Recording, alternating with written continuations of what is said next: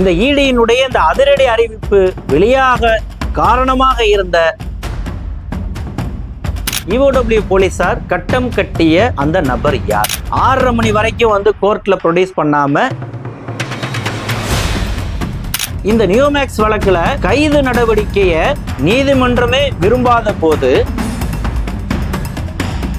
அப்ப அந்த 150 லிஸ்ட்ல இருக்கிற அந்த ஏஜென்ட்டுகள் யாரும் ஓப்பனா சொல்லணும்னா நியோமேக்ஸ் நிறுவனத்துக்காக EOW போலீசார் வேலை செய்யறாங்களா?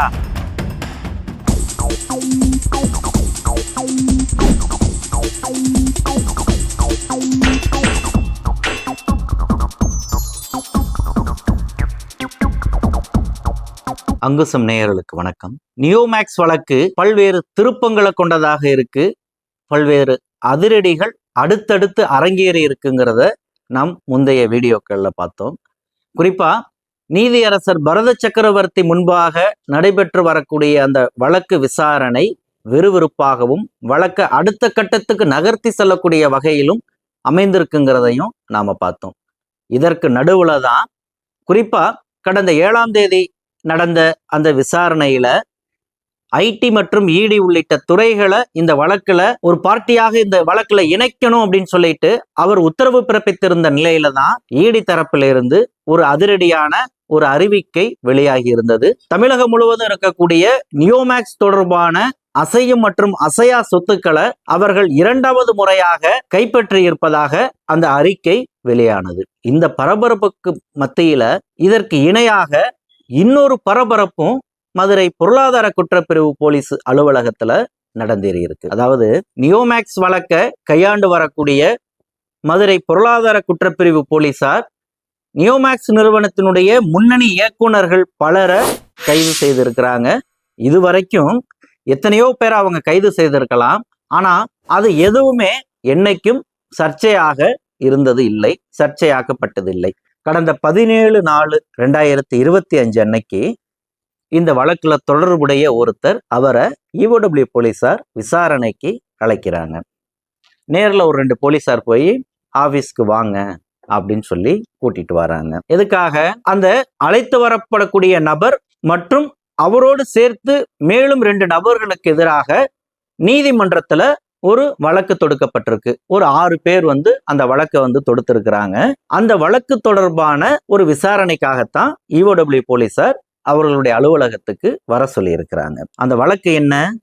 2/4/2025 அன்று மதுரை உயர்நீதிமன்ற கிளையில நீதியரசர் பி தனபால் முன்பாக விசாரணைக்கு வந்த வழக்கு. ஏ கார்த்திகேயன், என் பிரகதீஸ்வரன், ஏ சுரேஷ், என் சரவணகுமார், ஜி கார்த்திக், கோபி கிருஷ்ணன் ஆகிய 6 பேரும் சேர்ந்து ஒரு வழக்கை தொடுக்கிறாங்க.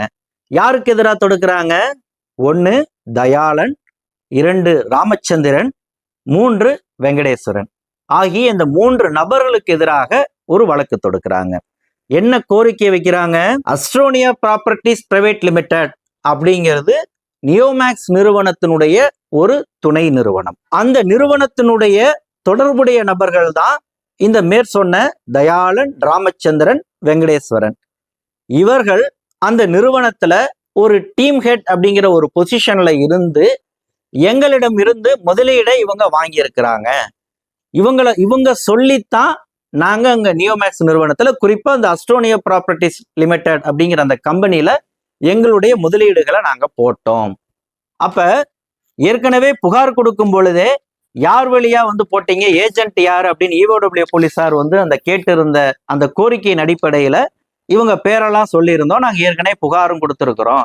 ஆனா இவர்களை இன்னும் வழக்குல இவங்க சேர்க்கவே இல்லை, அவங்களுடைய சொத்துக்களை அட்டாச் பண்ணவே இல்லை. அப்ப அதன் அடிப்படையில இந்த 3 நபர்களையும் இந்த வழக்குல நீங்க சேர்க்க சொல்லி உத்தரவு போடணும், இவங்களுடைய சொத்துக்களை அட்டாச் செய்ய சொல்லி உத்தரவு போடணும்னு சொல்லி நீதிமன்றத்திட்ட கோரிக்கை வைக்கிறாங்க. அப்ப அதன் அடிப்படையில தான் நீதியரசர் பி தனபால் அவர்களும் அந்த 2/4/2025 தேதியிட்ட ஒரு உத்தரவை பிறப்பிக்கிறாரு. இவர்கள் சொல்லக்கூடிய அந்த குற்றச்சாட்டின் அடிப்படையில உரிய விசாரணை நடத்தி சட்ட ரீதியான நடவடிக்கையை நீங்க மேற்கொள்ளுங்க அப்படின்னு ஒரு உத்தரவு. அந்த உத்தரவுல இவர்கள் 3 பேரையும் கைது செய்து சிறையில் அடைங்க அப்படின்னு சொல்லியோ அல்லது இவர்களுடைய சொத்துக்களை இத்தனை மாதத்துக்குள்ளார நீங்க அட்டாச் பண்ணணும் அப்படின்னு முந்தைய வழக்கமான உத்தரவுகள் போலவோ எந்த ஒரு காலக்கெடுவும் நிர்ணயிக்கல, எந்த ஒரு குறிப்பான உத்தரவும் கிடையாது. அவங்க ஒரு பிரேயர் வைக்கிறாங்க, அதை அக்செப்ட் பண்ணி இதை விசாரணை அதிகாரி உரிய அளவு அதை பரிசீலித்து சட்ட ரீதியான நடவடிக்கை எடுங்க அப்படிங்கிற ஒரு பொதுவான உத்தரவாகத்தான் இருக்கு. அப்ப இந்த பின்புலத்துல தான் போலீசார் அவர்களை வர வைக்கிறாங்க. யார? அதுல ஒரு நபரை வர வைக்கிறாங்க. அதுவும் எப்படி? காலையிலேயே அவரை அவர் வீட்டுக்கு 2 போலீசார் அனுப்பப்பட்டு விசாரணைக்கு அழைத்துட்டு வர சொல்லி அழைத்துட்டு வரப்படுறாரு. ஆனா இரவு 6:30 மணி வரையில் அவர் அங்கு காத்திருக்க வைக்கப்பட்டிருக்கிறார். அந்த நீதிமன்றத்தினுடைய அலுவல் நேரத்துல அவர் நீதிமன்றத்துக்குள்ளார ஒரு கைது நடவடிக்கைக்கான எந்த ஒரு வேலையும் அவங்க செய்யாம, அது பல ஃபார்மாலிட்டிஸ் பெண்டிங் இருந்ததுனால அந்த டிலே ஆனதாக EOW போலீசார் தரப்புல சொல்றாங்க. ஆனா 6:30 மணிக்கு நீதிபதி வீட்டுக்கு கிளம்பி போனதுக்கு அப்புறம் நீதிபதியினுடைய வீட்டுல தான் அந்த விசாரணைக்கு அழைக்கப்பட்ட நபரை நேர் நிறுத்துறாங்க. அவரை கைது செய்வதற்கான எல்லா முன் தயாரிப்பு பணிகளையும் அவர்கள் போலீசார் பக்காவா முன்னாடியே செய்துட்டாங்க. அந்த நீதிபதியினுடைய வீட்டு முன்பாக, குறிப்பா கார் பார்க்கிங்ல வைத்து இரவு 6:30 மணிக்கு அந்த விசாரணை தொடங்குது. அந்த அழைத்து வரப்பட்ட நபருக்கு ஆதரவாக வழக்கறிஞர்கள் கண்ணன், சோலைச்சாமி போன்றவர்கள் ஏற்கனவே சென்னை ஹைகோர்ட்ல நீதியரசர் பரத சக்கரவர்த்தி முன்பாக நியோமேக்ஸ் பாதிக்கப்பட்ட முதலீட்டாளர்கள் தரப்பில் இருந்து வாதாடிய அதே வழக்கறிஞர்கள் அந்த டான்பிட் சிறப்பு நீதிமன்ற நீதிபதியான ஜோதி அவர்களுடைய வீட்டில் நடைபெறக்கூடிய அந்த விசாரணையில அவங்க வாதாடுறாங்க. என்ன கோரிக்கை வைக்கிறாங்க? நீங்க இப்ப EOW போலீசார் கைது செய்யப்படுவதாக அழைத்து வரப்பட்டிருக்கக்கூடிய இந்த நபர் அரசியல், புலனாய்வு, சினிமா, ஆன்மீகம், இலக்கியம், மருத்துவம், வணிகம், மோசடி என எல்லா தகவல்களுடன் தமிழகத்தின் மையப்பகுதியில் இருந்து மாதம் இருமுறை வெளியாகும் நம் அங்குசம் இதழ் உங்கள் இல்லம் தேடி வர ஆண்டு சந்தா ரூபாய் 500 மட்டுமே. தொடர்பு எண் 9488884025. அங்குசம் செய்தி, மக்களுக்கான செய்தி. இந்த வழக்குல எந்த விதமான சம்பந்தமும் இல்லாதவர், அவருக்கு வயசு 71 வயசு ஆயிடுச்சு. 71 வயசுக்காரரை காலையிலேயே விசாரணைக்கு கூட்டிட்டு வாருன்னு சொல்லி கூட்டிட்டு வந்துட்டு 6:30 மணி வரைக்கும் கோர்ட்ல ப்ரொடியூஸ் பண்ணாம இப்படி வீட்டுல இப்படி எவ்வளவு அவசரமாக அவரை ஜெயிலுக்கு அனுப்ப வேண்டிய தேவை என்ன வந்தது? அவர் என்ன குற்றம் இழைத்தார் அப்படிங்கிற கேள்வியை எழுப்புறாங்க. அடுத்தது, அது எவ்வளவு பெரிய குற்றமா இருந்தாலும் முறைப்படி நீங்க ஒரு விசாரணை ஒரு சம்மன் அனுப்பி முதற்கட்டமாக அவரிடமிருந்து எந்த விதமான விசாரணையும் நீங்க நடத்தாம சும்மா பேருக்கு விசாரணைன்னு கூப்பிட்டு உடனே நீங்க கைது செய்ய வேண்டிய தேவை ஏன் வந்தது அப்படிங்கிறது ஒரு கேள்வி.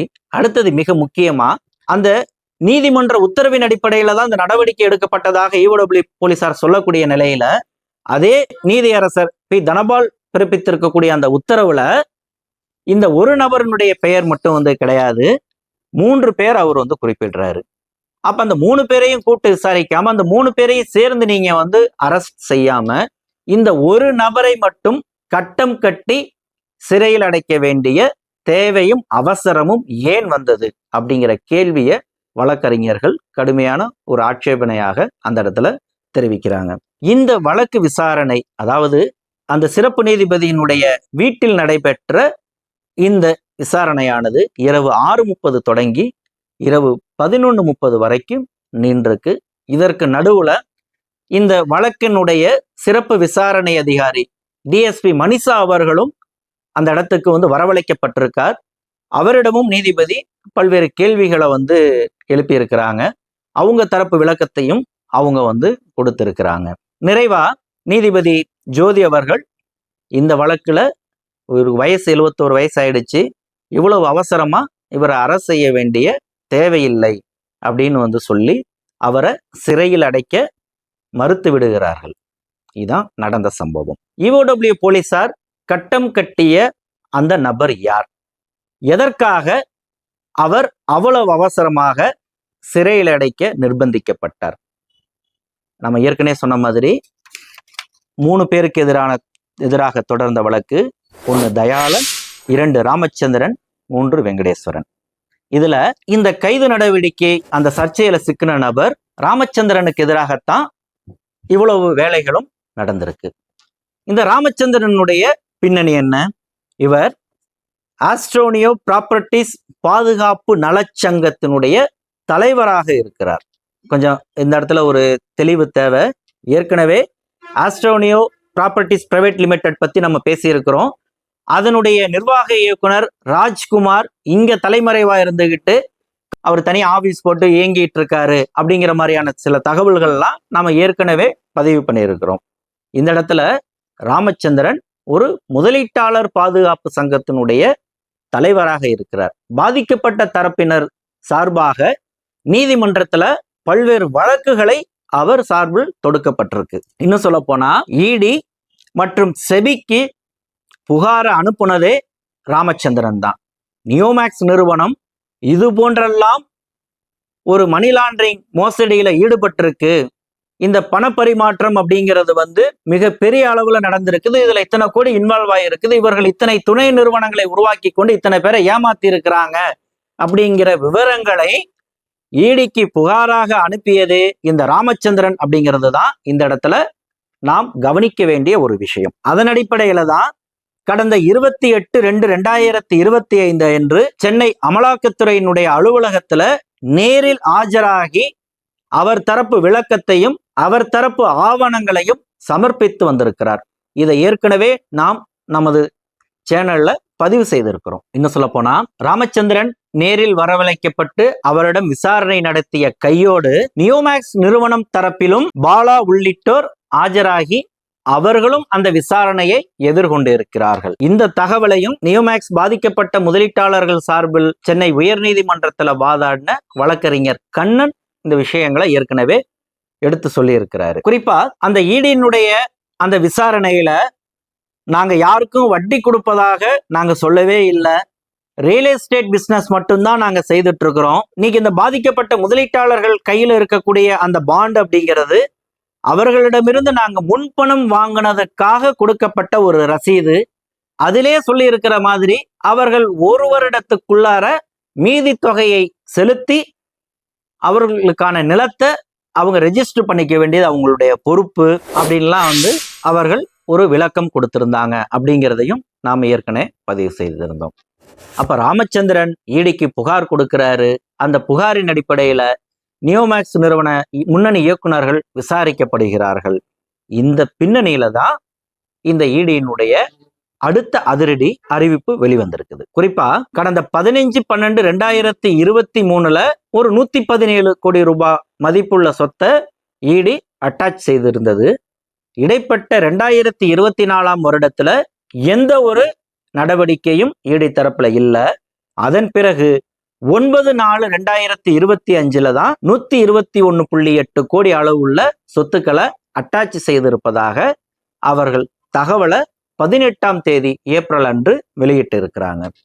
அப்ப இந்த இடத்துல நாம் கவனிக்க வேண்டிய விஷயம், ராமச்சந்திரன் விசாரணைக்கு ஆஜரான தேதி பிப்ரவரி 28, நீதியரசர் பரத சக்கரவர்த்தி முன்பாக வழக்கு விசாரணைக்கு வந்த தேதி ஏப்ரல் 7, ரெண்டுமே 2025 வருடத்து நிகழ்வு. அந்த ஏப்ரல் 7ஆம் தேதி நடைபெற்ற விசாரணையில தான் ஈடியையும் உள்ள கொண்டு வராங்க.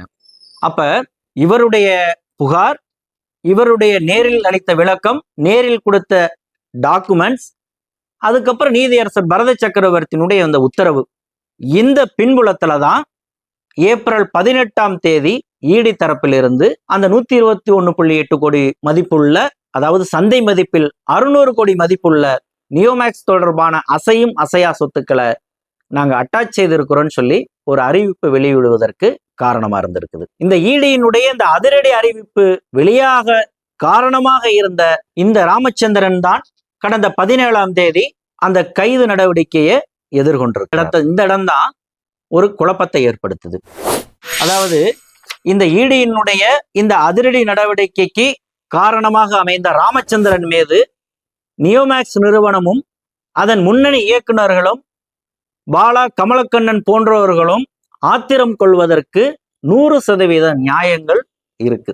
இன்னும் சொல்ல போனா இந்த மூவரையும் இந்த வழக்குல இணைக்கணும், அவருடைய சொத்துக்களை அட்டாச் செய்யணும்னு சொல்லி ஒரு 6 பேர் உயர்நீதிமன்றத்தில் வழக்கு போடுறாங்க இல்லையா, அந்த 6 பேர் யாருன்னு சொன்னா நியோமேக்ஸ் செட்டப் செய்த நபர்கள் தான் அப்படிங்கிறத அவங்க தரப்புல இருந்து உறுதிப்படுத்துறாங்க. நியோமேக்ஸ் நிறுவனத்துக்கு ஆதரவாக வாதாடிய அதே வழக்கறிஞர்கள் தான் இந்த 6 பேருக்கு ஆதரவாகவும் மதுரை உயர்நீதிமன்ற கிளையில் ஆஜராகி வாதிட்டு இருக்கிறார்கள்ங்கிறது. ராமச்சந்திரனுக்கு எதிராக ஒரு நீதிமன்ற வழக்கை தொடுப்பதற்கு பின்னணியில நியோமேக்ஸ் நிறுவனம் தான் ஒரு தூண்டுகோலா இருந்திருக்குங்கிறத நம்மளால புரிஞ்சிக்க முடியுது. ஆனா EOW போலீசார் ஏன் இவரோட கைதுல இவ்வளவு ஆர்வம் காட்டணும் அப்படிங்கிறது தான் இந்த இடத்துல ஒரு சந்தேகத்தை ஏற்படுத்துது. குறிப்பா இந்த நியோமேக்ஸ் வழக்குல ஒரு சமீப காலமா எந்த ஒரு கைது நடவடிக்கையுமே மேற்கொள்ளப்படுறது இல்லை. அந்த ஒரு குறிப்பிட்ட பேரை கைது பண்ணாங்க, அதோட முடிஞ்சு போச்சு. அவர்களுடைய பெயில் கேன்சலேஷன் தொடர்பான வழக்குகளும் விவகாரங்களும் தான் ஓடிட்டு இருக்கு. இன்னும் சொல்ல போனா பாதிக்கப்பட்ட முதலீட்டாளர்கள் தரப்புல அவங்கள பிடிச்சி ஜெயில போடணுங்கிறது அவங்களுடைய கோரிக்கையா என்னைக்குமே இருந்தது கிடையாது. நீதியரசர் தண்டபாணி தொடங்கி நீதியரசர் பரத சக்கரவர்த்தி வரைக்கும் பலரும் பல்வேறு வழக்கு விசாரணைகளின் போது தெரிவித்த வாசகங்கள் என்ன அப்படின்னு சொன்னா, அவங்கள பிடிச்சி ஜெயில போறதுனால உனக்கு பணம் கிடைச்சிருமா, அவங்க அந்த பெயில் கேன்சலேஷன் பண்ண எனக்கு 2 நிமிஷம் ஆகாது, ஆனா அந்த வழக்க அடுத்த கட்டத்துக்கு கொண்டு போகணும்னு நினைக்கிறேன், பாதிக்கப்பட்ட முதலீட்டாளர்களுக்கு ஒரு நிவாரணத்தை கொடுக்கணும்னு நான் விரும்புறேன் அப்படின்னு சொல்லி வெளிப்படையாக அவர்கள் பேசி இருக்கிறார்கள். அப்ப இந்த நியோமேக்ஸ் வழக்குல கைது நடவடிக்கைய நீதிமன்றமே விரும்பாத போது EOW போலீசார் அவசரம் காட்ட வேண்டிய அவசியம் என்ன? இதுதான் பாதிக்கப்பட்ட முதலீட்டாளர்கள் மத்தியில ஒரு குழப்பத்தை ஏற்படுத்தி இருக்கு. மிக முக்கியமா சமீபத்துல மதுரை உயர்நீதிமன்ற கிளையில் தொடுத்த ஒரு வழக்குல இத்தனை நிறுவனங்களை துணை நிறுவனங்களை இந்த வழக்குல சேர்க்கணும், ஒரு 150க்கு மேற்பட்ட ஏஜென்ட்டுகளையும் குற்றவாளி பட்டியல்ல சேர்க்கணும்னு சொல்லி தொடுத்த ஒரு வழக்க நீதிமன்றம் ஏற்று EOW போலீசாருக்கு அதை செய்யுங்கன்னு சொல்லி உத்தரவு போட்டிருக்கிறாங்க. அப்ப அந்த 150 லிஸ்ட்ல இருக்கிற அந்த ஏஜென்ட்டுகள் யாரும் கைது செய்யப்படவில்லை. மாறா இந்த 6 பேர் தொடுத்த வழக்கு, குறிப்பா நியோமேக்ஸினுடைய தூண்டுதலில் தொடுக்கப்பட்ட ஒரு வழக்குல, குறிப்பா ஈடியினுடைய விசாரணைக்கு ஈடியினுடைய அந்த அதிரடி அறிவிப்புக்கு காரணமாக இருந்த ராமச்சந்திரனை மட்டும் கைது செய்வதற்காக இவர்கள் இவ்வளவு மெனக்கெட்டு இருக்கிறாங்க அப்படிங்கிறது தான் இந்த இடத்துல ஒரு விடை தெரியாத ஒரு கேள்வியாக தொக்கி நிக்குது. இந்த இடத்துல 2 விஷயங்களை முன்வைக்கிறாங்க. ஒண்ணு, பாதிக்கப்பட்ட முதலீட்டாளர்கள் EOW போலீசாரினுடைய அந்த விசாரணை அல்லது அவங்களுடைய அணுகுமுறையில ஒரு அதிருப்தியில இருக்கிறாங்க. நீதிமன்றமும் இந்த வழக்கை அடுத்த கட்டத்துக்கு கொண்டு போகணும்னு நினைக்கிறாங்க. அப்ப இந்த நேரத்துல நீதிமன்றம் மற்றும் அந்த நியோமேக்ஸ் பாதிக்கப்பட்ட முதலீட்டாளர்கள்ட்ட இருந்து ஒரு நல்ல அபிப்பிராயத்தை பெறணுங்கிற நோக்கத்துல EOW போலீசார் இந்த நடவடிக்கையை மேற்கொண்டார்களா அப்படிங்கிறது ஒரு வெர்ஷன். 2வது, நியோமேக்ஸ் நிறுவனம் EOW போலீசாரையும் அதன் வழியாக அழுத்தம் கொடுக்குதா? ஓப்பனா சொல்லணும்னா நியோமேக்ஸ் நிறுவனத்துக்காக EOW போலீசார் வேலை செய்யறாங்களா அப்படிங்கிற ஒரு கேள்வியவே இந்த கைது நடவடிக்கையிலிருந்து அவர்கள் வெளிப்படையாகவே எழுப்புறாங்க. இது குறித்து EOW போலீசாரினுடைய இந்த அணுகுமுறை குறித்து பாதிக்கப்பட்ட முதலீட்டாளர்கள் தரப்புல பல்வேறு வாட்ஸ்அப் தகவல்களும் அவர்களுக்குள்ள கருத்து பரிமாற்றங்களும் கருத்து மோதல்களாகவும் இன்னைக்கு மாறி நிற்கிது.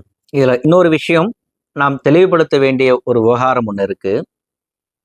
அதாவது EOW போலீசார் வேலையே செய்யல, அவர்கள் நியோமேக்ஸ் நிறுவனத்துக்கு ஆதரவாக இருக்கிறாங்க, குறிப்பா பாதிக்கப்பட்ட மக்களுக்கு ஆதரவா இல்லை அப்படிங்கிற ஒரு பொய்யான ஒரு பிரச்சாரம், ஒரு குற்றச்சாட்டு ஒரு பொது வெளியில இன்னைக்கு உலவிக்கிட்டு இருக்குது. குறிப்பா பாதிக்கப்பட்ட முதலீட்டாளர்களை சேர்ந்த ஒரு பிரிவினர் இந்த பிரச்சாரத்தை தீவிரமாக முன்னெடுத்துட்டு இருக்கிறாங்க. இன்னும் சொல்ல போனா அந்த விசாரணை அதிகாரியை மாத்தணும் அப்படிங்கிற ஒரு எக்ஸ்ட்ரீம் கோரிக்கையை கூட வைத்து அந்த பிரச்சாரங்கிறது நடக்குது.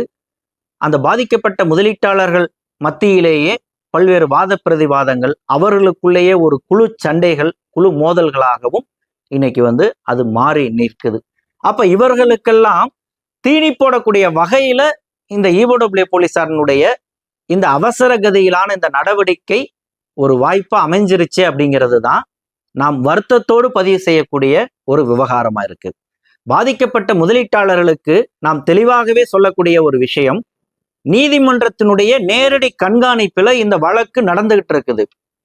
நீதியரசர் பரத சக்கரவர்த்தி தெளிவா ஒரு விஷயத்தை தெளிவுபடுத்துறாங்க. நியோமேக்ஸ் நிறுவனம் எந்த வகையிலான மோசடியில ஈடுபட்டிருந்தாலும் சரி, எவ்வளவு மோசடியில ஈடுபட்டிருந்தாலும் சரி, அது குறித்து விசாரிக்கிறதும் அதற்குரிய தண்டனையை பெற்றுத் தருவதும் தனி விவகாரம். அது 20 வருஷம் கூட நீ இழுத்துட்டு போ. ஆனா பணத்தை போட்டவன் போட்ட பணத்தை திரும்ப வாங்குறதுல உனக்கு என்ன பிரச்சனை? ஈடிக்கு என்ன பிரச்சனை? ஐடிக்கு என்ன பிரச்சனை? அவர்களுக்கு நிவாரணத்தை நான் கொடுக்க தயாராக இருக்கிறேன். நிலமா வேணும்னு கேட்கிறவங்களுக்கு நிலமாக, பணமா வேணும்னு கேட்கிறவங்களுக்கு பணமாக. அப்ப அதை நோக்கிய பயணத்துல நீதிமன்ற விசாரணைங்கிறது நடந்துட்டு இருக்குது. அப்ப பாதிக்கப்பட்ட முதலீட்டாளர்கள் நீதிமன்றத்தை தான் கவனிக்க வேண்டும், உற்று நோக்க வேண்டும். நீதியரசரனுடைய அந்த உத்தரவுகள் தான் பரிசீலனைக்குரியவை. அது நமக்கு சாதகமா இருக்குதா பாதகமா இருக்குதாங்கிறத மட்டும்தான் நாம் இந்த இடத்துல பார்க்கிறது தான் மிக சரியானதாக இருக்கும். இதற்கு எந்த விதத்திலையும் இடையூறு ஏற்படுத்தும் வகையில நடக்கக்கூடிய எந்த விதமான வாத பிரதிவாதங்களுக்கும் நாம் பலியாகிவிடக் கூடாதுங்கிறதுல பாதிக்கப்பட்ட முதலீட்டாளர்கள் தெளிவா இருக்கணுங்கிறது தான் ஒரு பொதுவான ஒரு கோரிக்கையா இருக்குது. இந்த பாதிக்கப்பட்ட முதலீட்டாளர்களுடைய ஆதங்கங்கள் சரி, அவர்களுடைய வேதனைகள் சரி, ஆனா அதை அவர்கள் எப்படி ஒரு கேடாகவும் ஒவ்வொருத்தவங்களும் அவங்களுடைய நோக்கத்திற்கு ஏற்பவும் இதை மேனிப்புலேட் பண்றாங்க. பாதிக்கப்பட்ட முதலீட்டாளர்களை ஒரு குழப்பத்திலேயே ஆழ்த்தி வைத்துட்டு இருக்கிறாங்க அப்படிங்கிற விவகாரங்கள் குறித்து நாம் அடுத்து விரிவாக பேசுவோம். நன்றி. அரசியல், புலனாய்வு, சினிமா, ஆன்மீகம், இலக்கியம், மருத்துவம், வணிகம், மோசடி என எல்லா தகவல்களுடன் தமிழகத்தின் மையப்பகுதியில் இருந்த மாத விடுமுறை வெளியாகும் நம் அங்குசம் இதழ் உங்கள் இல்லம் தேடி வர ஆண்டு சந்தா ரூபாய் 500 மட்டுமே. தொடர்பு எண் 9488842025. அங்குசம் செய்தி, மக்களுக்கான செய்தி.